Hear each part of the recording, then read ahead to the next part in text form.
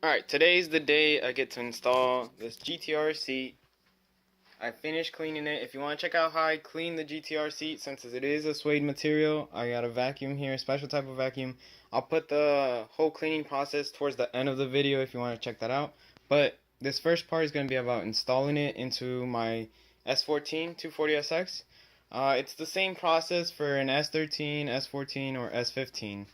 One thing you want to make sure when you are going to buy a GTR seat, make sure it's the passenger side GTR seat, because since in Japan they drive on the other side. And one good thing to be aware of, make sure it has the right seatbelt buckle. Mine, obviously, it doesn't look like it's stock. I've seen other GTRs where their seat buckle is actually closer.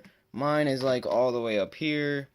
I don't know how safe that is for the seatbelt, but I'm keeping the S14 one just because it has that little cable that connects underneath that tells you on your dash that you're wearing your seatbelt or not.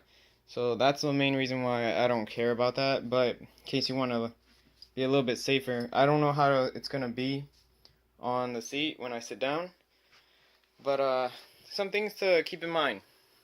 A GTR seat will not bolt on directly to your S chassis. This one should bolt in, that one should bolt in, and that one should bolt in. But the one I think when I was reading the forums doesn't bolt in is this last piece. So what I'm gonna do is put the bolt down with a huge washer to at least have some pressure down here grabbing it. Obviously there's other ways to do it. You could go to a welder, get this piece off, make him do an extension, give him the right measurements, and do that. But like always, this is like a budget build. The reason why I got the GTR seat, well, was because when I was buying my S14, the guy also had a GTR, and I sat in his GTR, and I never forgot how tight this thing sits, like on you, like it not sits on you, but hugs you so tightly. It's comfortable. I mean, it's a GTR seat. Who wouldn't want that on your 240? Alright, so we're outside, and like I said, just 4 bolts, one here, one down there, one back there, and then you want to, in case you have it, take off the little cover so you can get to the other bolt. And it uses a 14mm. And then let me start taking off the first two and show you the rest. Alright, so I got the 2 bolts out from the front. One thing I forgot to tell you guys was to disconnect the battery just in case, because well, you get the idea. I'm going to disconnect them to get the seatbelt thing off without having any problems when I connect it back on.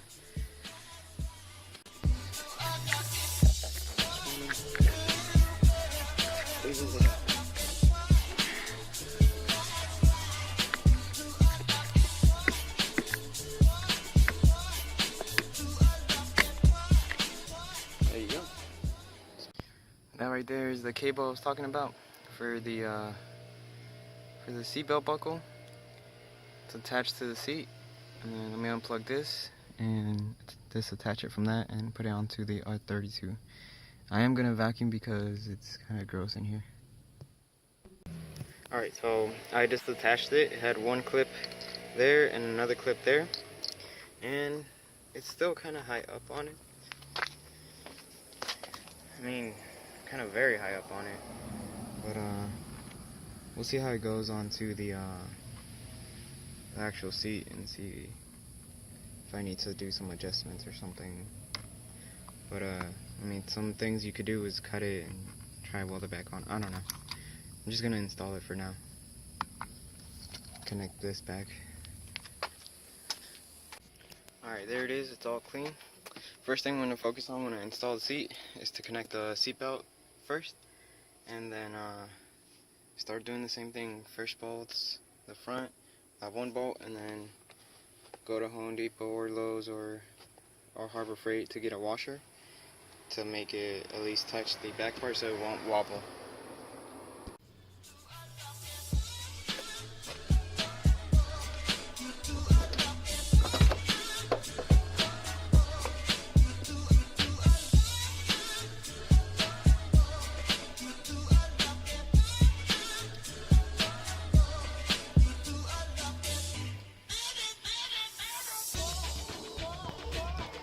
So this is the final product. The seat's finally in. And over here, you're gonna see the washer that I did that basically barely holds on to that bolt. What I ended up having to do was only attach it to the bolt that's closest to here, and the one that goes to the you know, that area. I forgot what it's called, the transmission tunnel. And then for some odd reason this one's supposed to line up, but it's not, and I had to use a washer to actually hold it down, a bigger washer. I don't know if it actually catches on camera that much. It barely even touches. That's not how it's supposed to go, but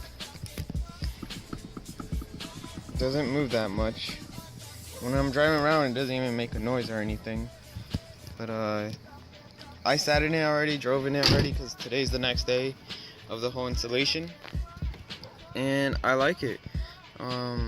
Grabs onto me just like how it did when I first sat in one of these, and so I'm pretty happy. I mean, for like 200 bucks, it's not a bad price. It's pretty cheap, because I've seen these go for like 600 here in the States. I don't know how much it might be for other people around the country, but I mean, comment below to see how it is in everywhere else. I know in Japan they're like barely like 60 bucks. So over there I got the next thing I'm gonna work on, which is the LED lights on the cluster. So stay tuned for that, and I'll post that video probably in a week. I've been doing everything a week. Hopefully it's been working out for you guys, and I'll put the video of how you actually clean the seat. This didn't want to come off, so I don't know. But yeah, if you're wondering, these lines I made them with like a brush and stuff, but they kind of go away once you sit in them. But it's kind of cool when they look like that. Alright guys, thanks for watching.